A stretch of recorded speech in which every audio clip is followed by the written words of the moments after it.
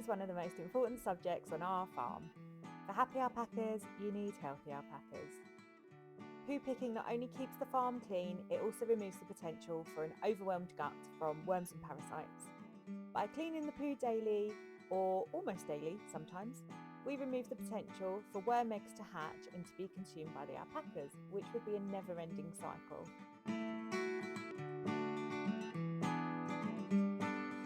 We don't blanket treat the girls for worms and parasites, as they'd build up a resistance to the treatment, which would end in some very poorly alpacas. Along with regular health checks, we take poo samples from each of our girls and send them off to a lab for analysis. It's a very glamorous job. By taking a sample from individuals and not from the group, we only need to treat the alpacas that the results tell us we need to, which makes sense to us.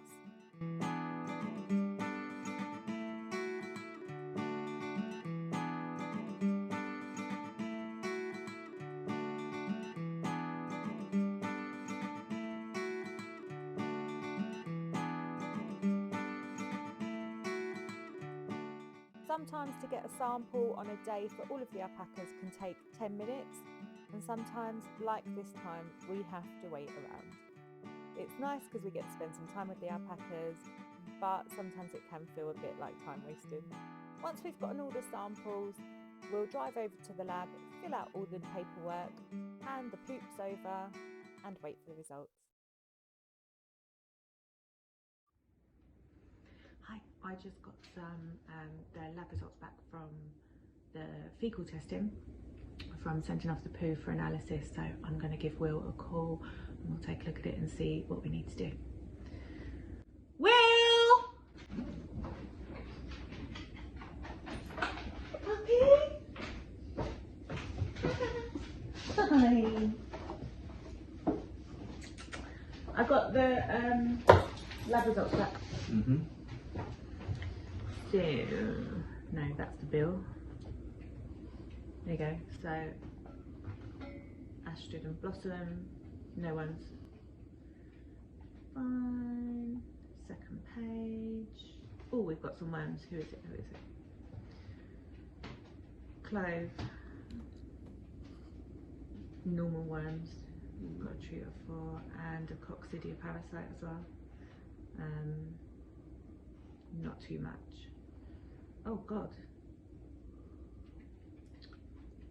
Jerva's got quite a high concentrate of coccidia worms too. They're the only 2, but we'll treat the herd. Holly has got normal worms and Blaze has as well. But it just it shows, doesn't it, that you've got to get them all.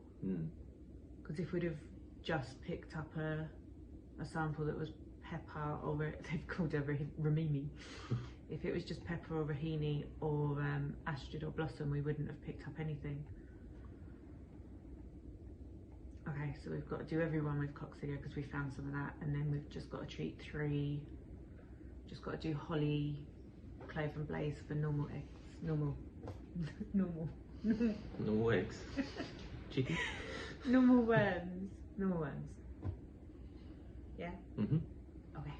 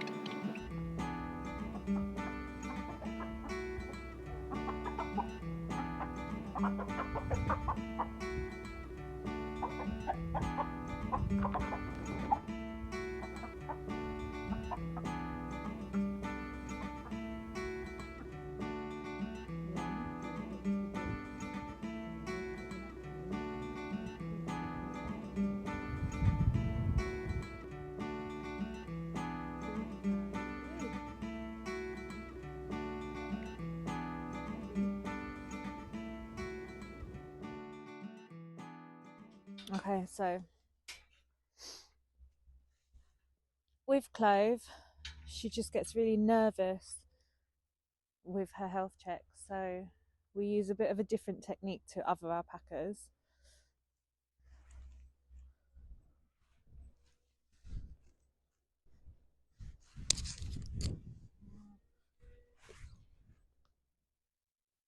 Okay, so instead of using my hands and my arms, I start off by catching her with a rope, and I'm going to give her some space just to get used to that rope being there and the fact that she is caught. Try and get that higher up for you, darling. And then I get a bit closer in with her. I try not to let this dangle, sometimes it does. And then ultimately what I'm going to try and do is halter her. I did have this nicely prepared. Okay. What a good girl. Oh, there we go. Okay. So when she's haltered, I think she feels safer when we are doing her health care. So I now have to release the rope from her, but at the same time, buckle her up. I know. So I then hand her over to Will to do a bit of T-touch with her. The T-touch technique is something Will uses to try and relax Clove. It's worked really well for us to get her this far. She's a really trusting alpaca.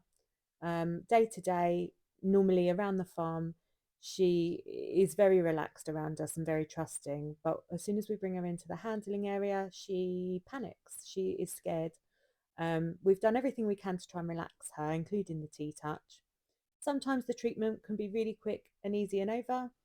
Other times, like this time, it can take a really long time. She tries to escape by jumping upwards, as she knows there's no other route out. Once we get it done, though, it's quite a relief because it's necessary for her health. It's a new morning. The girls are good. They're incredibly wet, but they are treated for worms and coccidias. All normal poos afterwards, so that's good. There's a lot of poo talk on this farm, but it is a really good sign of their health.